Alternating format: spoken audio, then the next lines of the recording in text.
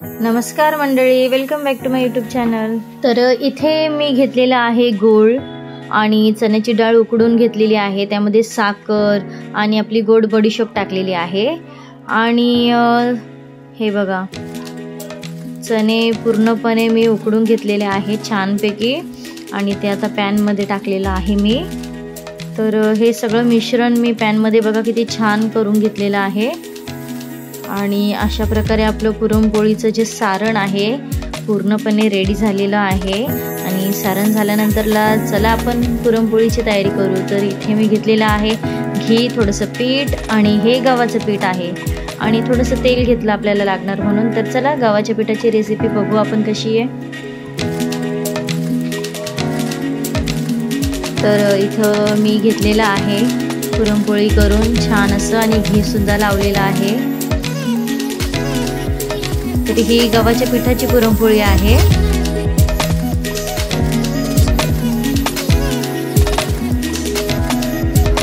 तर बघा किती छान पैकी अशी पोळी झालेली आहे आपली।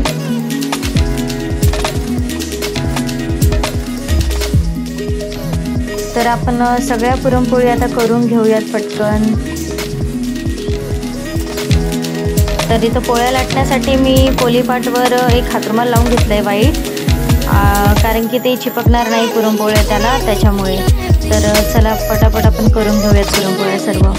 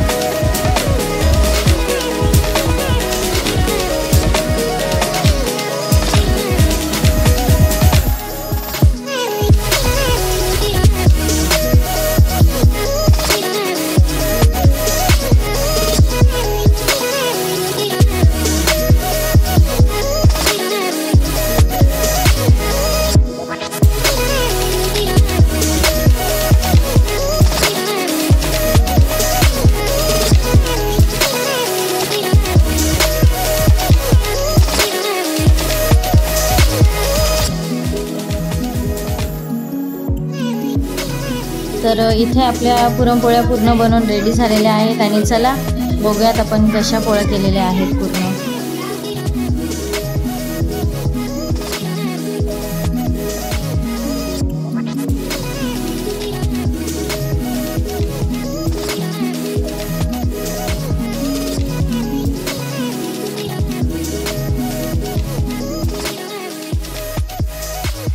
तर हे बघा आपली पुरणपोळी बनवून पूर्ण रेडी झालेली आहे आणि ही पुरणपोळी मी गव्हाच्या पिठाची केलेली आहे। तर कोणी मैद्याची करतं, कोणी गव्हाची करतं। तर मी मैदा माझ्याकडे अवेलेबल नव्हता, त्यामुळे मी गव्हाच्या पिठाची पुरणपोळी केलेली आहे। तर नक्की मला रेसिपी पूर्ण बघून सांगा की मी कशी बनवली पुरणपोळी। व्हिडिओला लाईक करा, कमेंट करा आणि हां सबस्क्राईब करायला विसरू नका।